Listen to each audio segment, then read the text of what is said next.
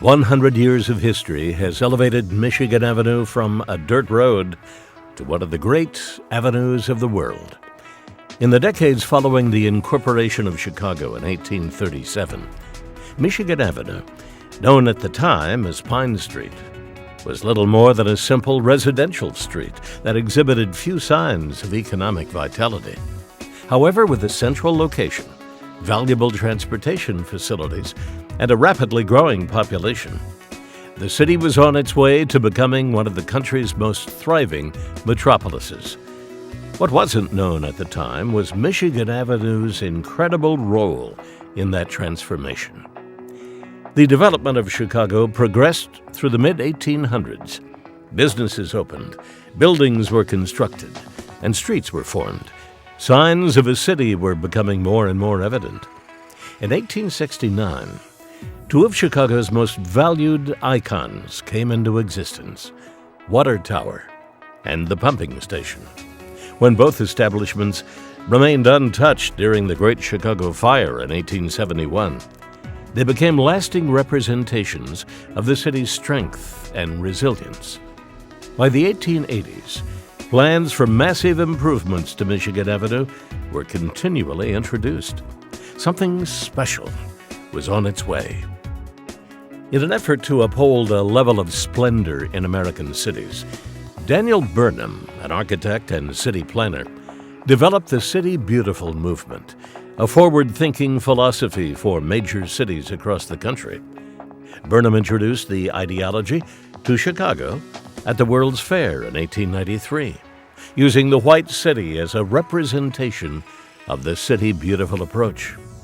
Close to 2 decades passed before Burnham would see his vision begin to come to fruition. In 1909, Burnham co-authored the Plan of Chicago, a proposal focused on the development of the city, with Edward Bennett, a fellow architect and city planner.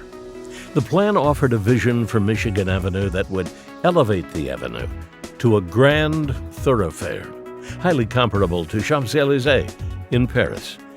As the plan stated, Michigan Avenue is probably destined to carry the heaviest movement of any street in the world.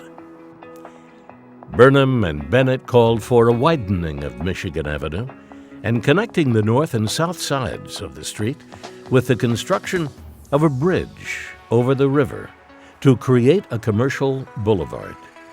To complement the Grand Gateway, the boulevard would include a double roadway designed to accommodate the immense volume of traffic with a broad sidewalk to match.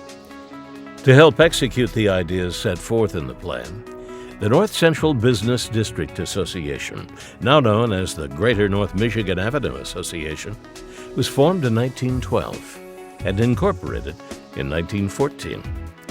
The association was responsible for representing local interests and working to turn Burnham's vision to reality.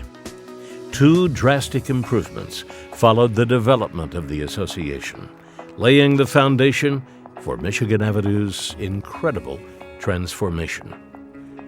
In 1918, the widening of Michigan Avenue was completed, followed by the opening of the Michigan Avenue Bridge in May of 1920. The opening of the bridge marked the official introduction of North Michigan Avenue, now composed of what was originally Pine Street and Lincoln Park Boulevard. Acting as a gateway to North Michigan Avenue, the bridge sparked a metamorphosis. Development boomed with a string of new construction, while existing buildings were renovated and replaced with grand shops, restaurants, and hotels.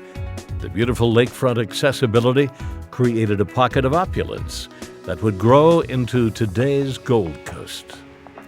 2 of Chicago's most classic fixtures, the Wrigley Building and Tribune Tower, were completed in the 1920s, acting as anchors of North Michigan Avenue. Soon the Intercontinental Hotel, Drake Hotel, Saks Fifth Avenue, and other businesses of the like opened their doors, offering glimpses of what would become of North Michigan Avenue in the future. The late 1920s continued to be marked by record-breaking building developments. However, construction would slow when the Great Depression hit in 1929.